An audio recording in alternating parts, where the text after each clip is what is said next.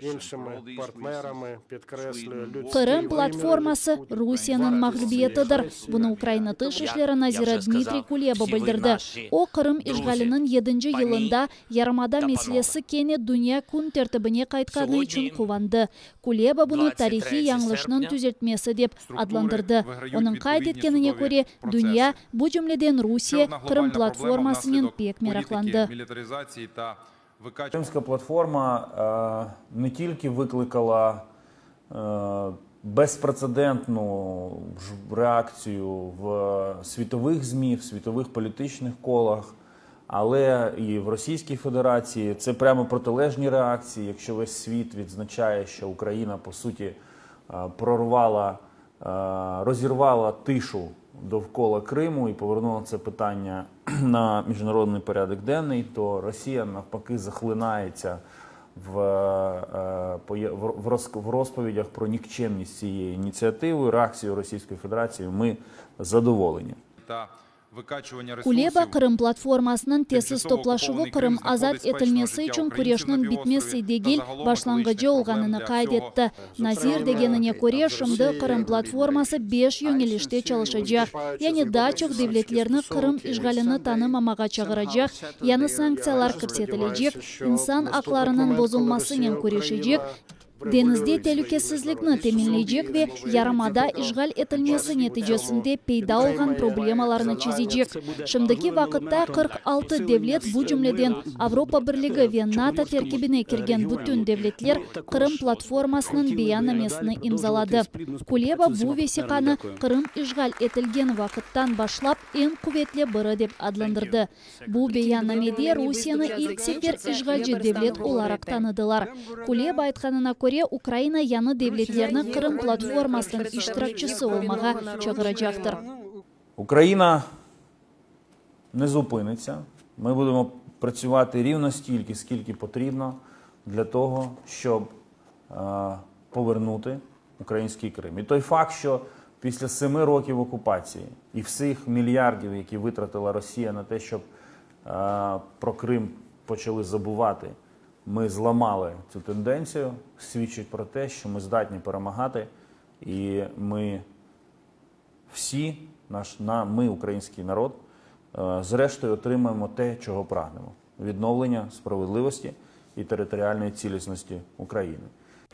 Бунен берабер Кулеба Украинанын ишгал этилген Кырымга рус ордулары көчүрүлгени акында бүтүн малыматы бар олганын кайд этти. Бу малыматны айдынлатмак ясак, ама Украина Кырымнын аскерлештирилгени ве анда насыл сила теслим этилгени акында хабардар олуп тура.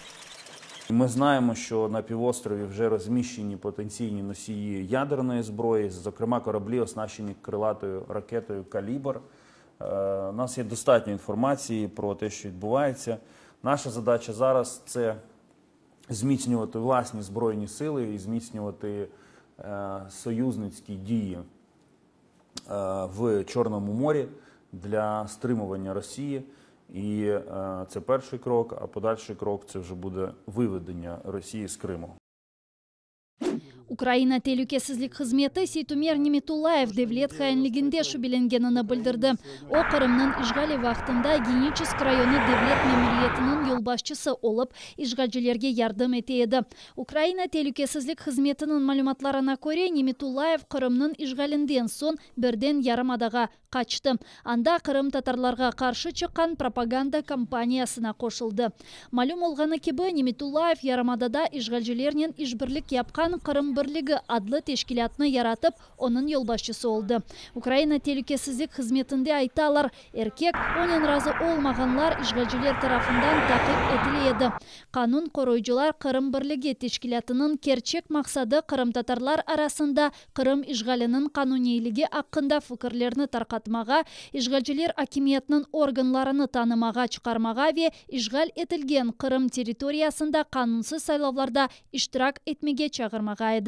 Сейтумер Ниметуллаевнын мал-мүлкі мусадири етіле, ой се 15 жылға махкум етіле біле.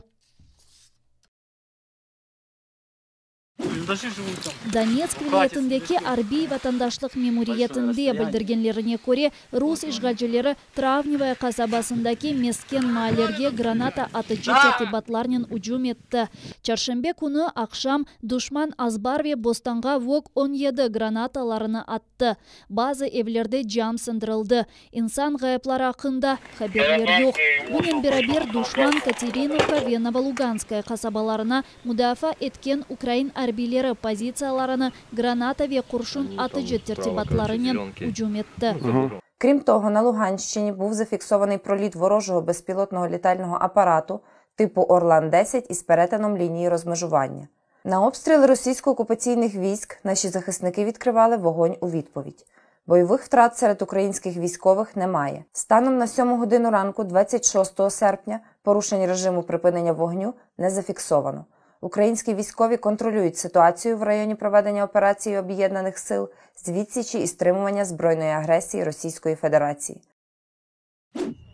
Aman 1 milyard ruble. Tamam bu kadar paranı Kırım işgalci hakimiyeti Moskvadan istey. Para Yalta ve Keriç'teki evlerinin yanındaki teritoriyalarda tamir işlerini ötkermek için lazımdır.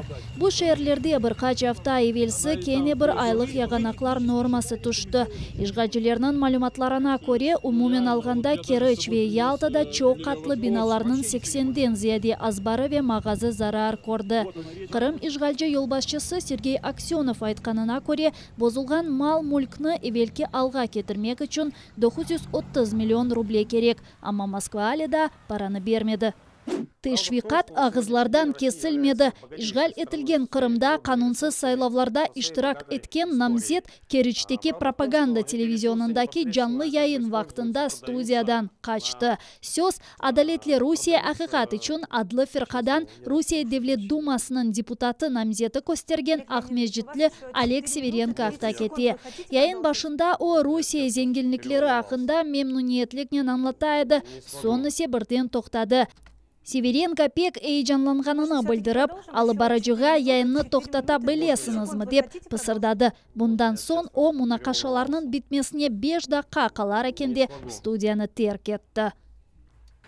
Правда в том, что эти ресурсы непосредственно используются, продаются, честно, я прошу прощения. Олег Леонидович, у вас еще 4 минуты, 30 секунд. Вы хотите продолжить? Можно я, честно, переволновался. Не смогу. Может, все-таки продолжим? Еще 4 минуты, 20 секунд. Можно остановить эфир. Спасибо, что пришли. Напоминаю, у нас в гостях был представитель партии «Справедливая Россия за правду» Олег Северненко. Это были теледебаты. Ukrayna Afganistan'dan 250'den ziyade vatandaşlarını tahliye etti. Bunu Dışişleri Naziri Dmitry Kuleba bildirdi. Onların arasında Ukrayn korantaları ve yabancılar.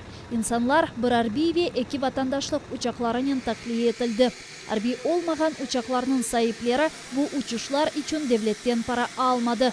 Kuleba, Kabul havalimanındaki vaziyet daha da ciddi olganından sebep bazı devletler öz tehlikesizligi için korkup tahliye uçaklarını yibermege vazgeçkenini kaydetti.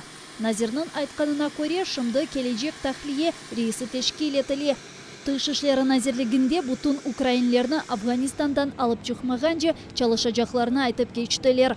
Kuleba böyle insanların sayısı 90'ga yetişti dep ayta. Це громадяни України та члени їхніх сімей. Тобто, наприклад, чоловік громадянин України, а дружина і діти громадяни Афганістану. Але оскільки це сім'я, ми, безумовно, допомагаємо їм всім звідти вибратися. Ми вже вивезли понад 250 громадян України, членів їх сімей та іноземців.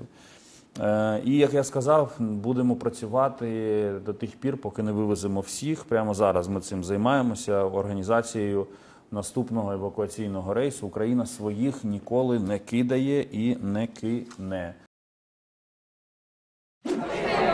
Bu кызлар роботы жихазнен уграшкан Афган хадын тахымынын азаларыдыр. Талибан Афганистан үкіметіні элге кечіргені себебінден олар өз мемлекетінден қачты. Шымды бұл кызлардан базалары Катар пайтақты олған Доха шерінде бұлына. Бұнен бераберда 5 қыз Мексикаға учып кетті. Олар Кабулдаки халқыра ава лиманындан тахлие етілді. Қызларның айтқанына көре ава лиманында пек қалабалық олғаны үшін олар бірқач күн девамында Афганистанны теркетіп уламады. Коли ми сіли в літак, нам було дуже сумно, бо ми залишили в Афганістані все. У нас були мрії, ми залишили наші сім'ї, ми залишили наших друзів, ми залишили всіх наших родичів і навіть не попрощалися з ними. 20 ел евелсі Талибан Афганистанны идаре еткен вақытта қызларға оқымаға ясақ еді. Талибан деврілген сон қадын ве қызларының да ачық жайлерні япмаға ақы бар еді. Бөлелікнен бұл қадын тақымы 2017 сенесі Герат шерінден Вашингтонға келіп, роботы жихаз бойынша халқыра ярышта махсус мукефатнен тақдирленді. Мої батьки розповідали, що 20 років тому дівчаткам не можна було ходити в школу. Вони повинні були залишатися вдома і займатися домашніми справами. Я сподіваюся, що на цей раз все буде не так, що вони зможуть вчитися і у них буде свобода, яку їм гарантує іслам. Март айында бұл қадын тақымы ақ жүгерінің суни аваландырылмасы үшін уджуз жихаз өзерінде çalışmaға башлады. Қызлар бір күн ватанға қайтып, евелде олармен берабер çalışқан инсанлармен бірлікте іш алып бармаға девам етежеклеріне үміт ете. Я дуже сумую за своєю сім'єю і друзями. Ми провели багато хороших днів разом, у мене багато теплих спогадів. Я сумую за ними і сподіваюся, що одного разу повернуся в Афганістан і побачу їх знову. Америка Бірлешкен Девлеттері ве оларның итифақдашлары Афганистандан өз ордуларыны чықарған сон августның 15-інде Талибан Афганистан үкіметіні елге кечірді. Америка Бірлешкен Девлеттері ве башқа өлкелер Афганистанда қалған бүтін ябанжылар ве афганларны августның 31-не қадар тахлие етмеге тырыша. Бұл тахлиенің талиплерінен аңлашқан сонки күнідір. Қырғызстандаки Нарын шерінде өткерілген фестивальның ері қожаман өрнекні аңдыра. Мемлекетнің чешет регионларындан ұсталар Шырдак адлы милли килімнің güzelligini көстермек үшін фестивальге келді. Шырдакның темелі оларақ кейізні құланалар. Оның үстіне есе ренклі кейізні ойып өрнекні япалар. Өрнеклер арасында айванлар, юртлар ве қарлы дағлар. Шырдаклар қырғызлар үшін ер вақыт пек кереклеші еді.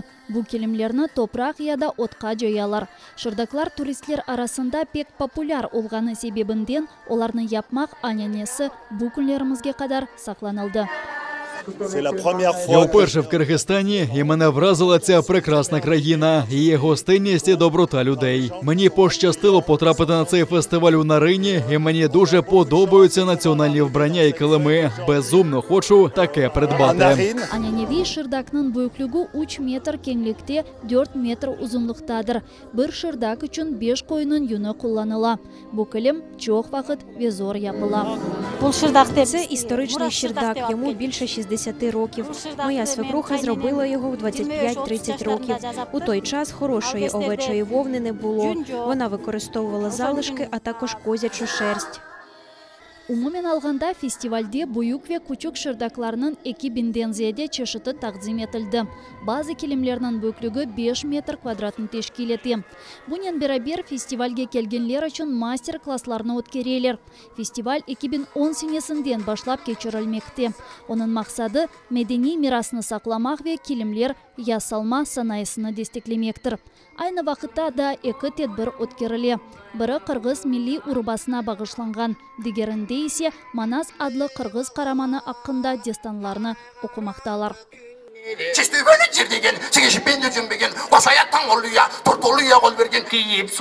Бұйыл байрам ғайет тантаналы, чүнке августның 31-де Қырғызстан өзінің истиқлал күніні қайдете.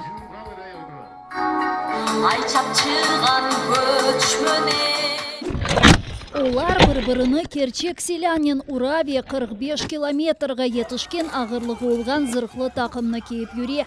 Нью-Йорктағы меркези паркта кене гладиатор ұрышлары өткеріле.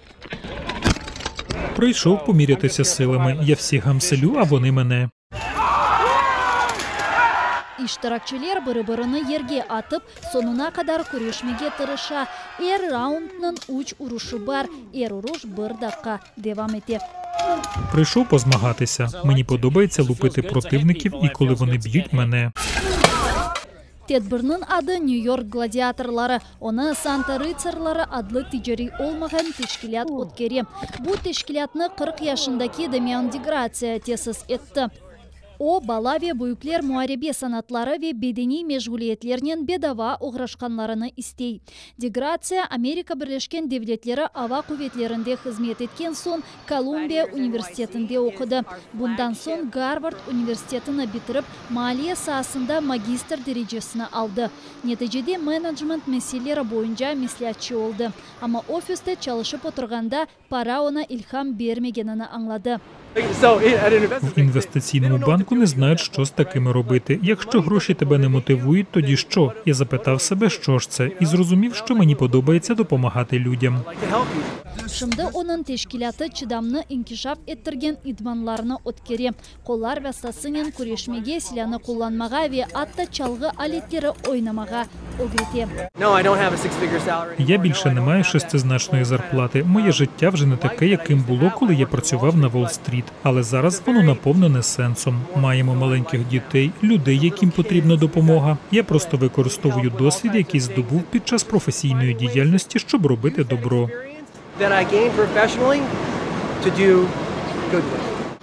Belki Zemanevi Rıtsar'nın tamam böyle korunuşı vardır.